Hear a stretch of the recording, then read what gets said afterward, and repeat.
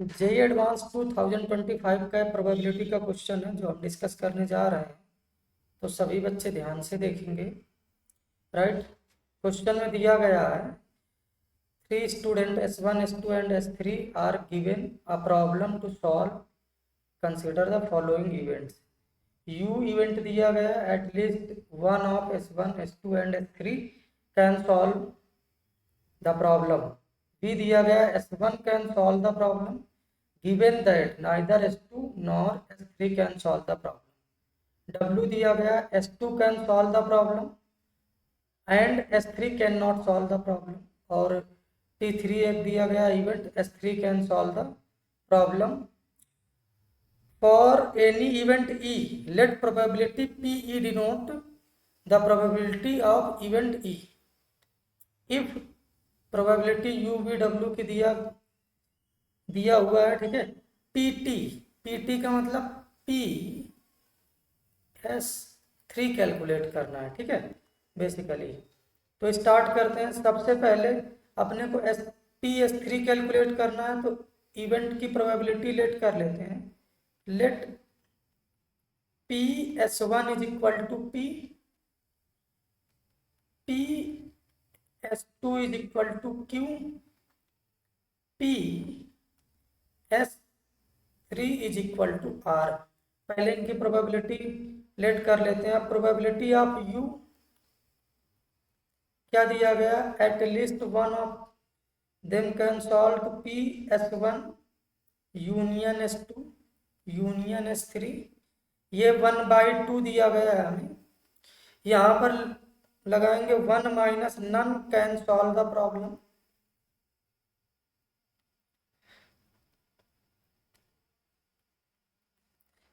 अभी अपने को पता है कि ये S1 S2 S3 independent event है, और इंडिपेंडेंट की प्रॉपर्टी होती है कि ये प्रोडक्ट में कन्वर्ट हो जाएंगे, तो मल्टीप्लाई कर देते हैं।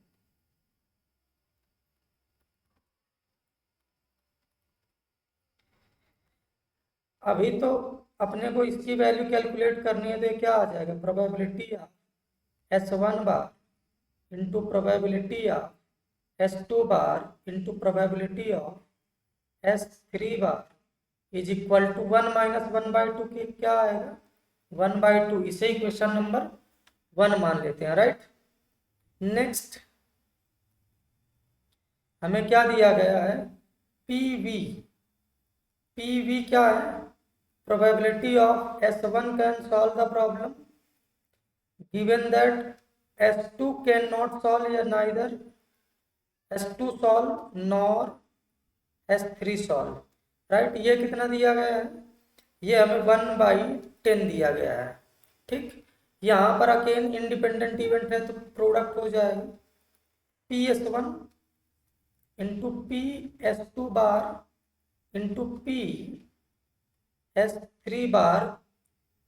इसे इक्वेशन नंबर हम सेकंड मान लेते हैं। राइट, हमें क्या दिख रहा है कि इक्वेशन नंबर सेकंड और फर्स्ट में दो टर्म सिमिलर है यहाँ पर, तो यहाँ से हम क्या कैलकुलेट कर सकते हैं, PS1।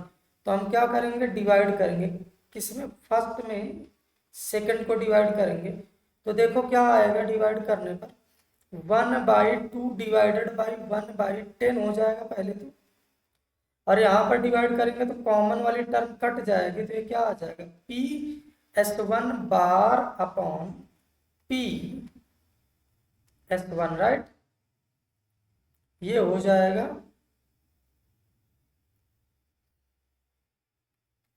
अभी ये तो हो जाएगा, ये कटेगा तो 5, और 5 ऊपर मल्टीप्लाई करेगा तो ये तो 5 हो जाएगा।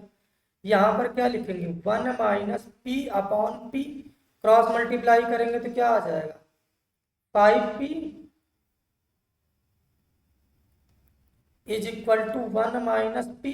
तो P कितना कैलकुलेट होकर आएगा, P आएगा 6P, तो मीन्स 1/6 आ जाएगा। मीन्स प्रोबेबिलिटी ऑफ S1 आ चुकी है। ठीक है, अभी अपने को क्या क्वेश्चन में दिया गया है, PW। ठीक है, क्या PW क्या है, probability of S2 can solve and S3 can not solve. तो यहाँ पर क्या and S3 can not solve. ये कितना है, ये है अपने पास 1/12। ये कितना है 1/12। यहाँ पे प्रोडक्ट हो जाएगा S2 और ये क्या इंटरसेक्शन है तो मल्टीप्लिकेशन लगेगा PS3। क्यों, क्योंकि इंडिपेंडेंट इवेंट है।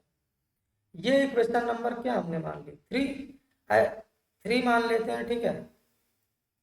यहाँ पर हम क्या करते हैं, सेकेंड अपॉन थर्ड कर देते हैं, ठीक है, सेकेंड अपॉन थर्ड। इससे S3 तो कट जाएगा, S2 केवल बचेगा और S1 की प्रोबेबिलिटी हमें पता है, ठीक है। तो हमने सेकेंड अपने पास क्या 1/10 डिवाइडेड बाई 1/12 और यहाँ से 1 डिवाइड करेंगे तो क्या बचेगा PS1 into PS2 bar upon PS2, ये आएगा अपने पास, ठीक। अभी क्या करने वाले हैं, ये तो कट जाएगा तो बेसिकली ऊपर 6 और नीचे क्या 5 आने वाला है। यहाँ पर PS1 कितना है 1/6 है इंटू PS2 क्या आ जाएगा 1 - Q और नीचे क्या आ जाएगा अपने पास Q। ये मल्टीप्लाई करेंगे क्रॉस तो क्या आ जाएगा 36/5 इज इक्वल टू ये क्या 1 - Q/Q।